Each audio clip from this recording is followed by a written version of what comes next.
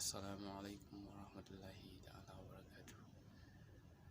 ‘Yan uwana matasa ‘yan Najeriya, saboda wannan ni da ‘yan Najeriya nake kawai.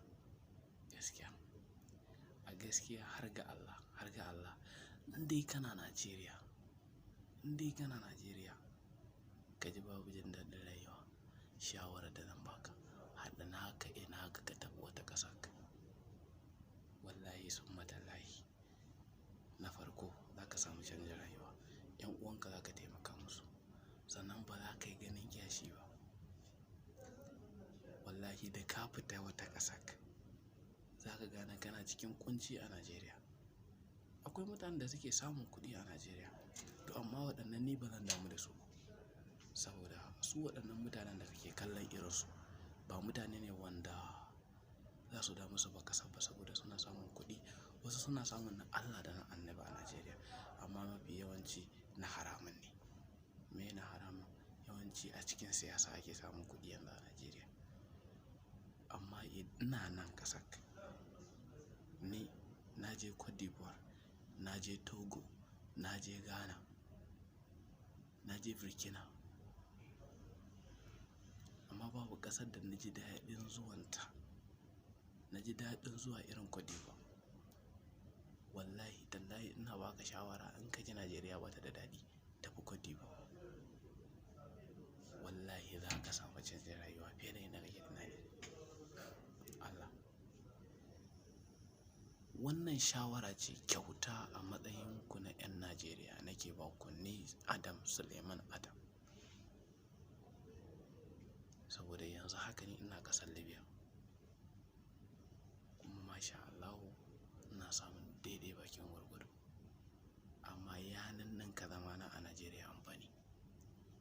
Na farko ga jin daɗin rayuwa, ga kwanciyar hankali. Wannan ƙasar ta Libya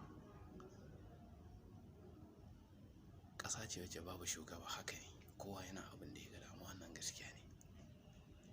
To amma menene wannan ƙasar ta Libya da kuke gani?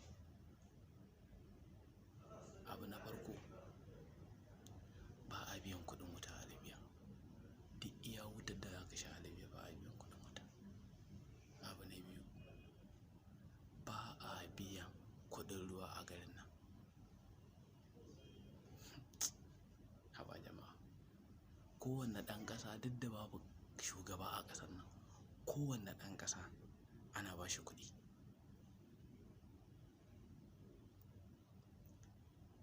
Kowanne ɗan ƙasa, bara yin ƙiyasta maka, ƙiyastawa da sallan nan abin da aka ba su 2,200 na dinar aƙalla, to mu bar shi dai a 150,000.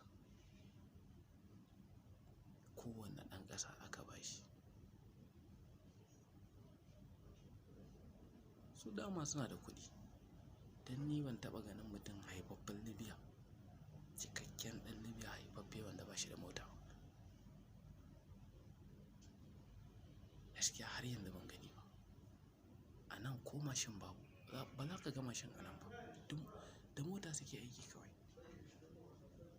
Amma sun ji daɗin rayuwa, suna cikin kwanciyar hankali. Kai in ka zo baƙi,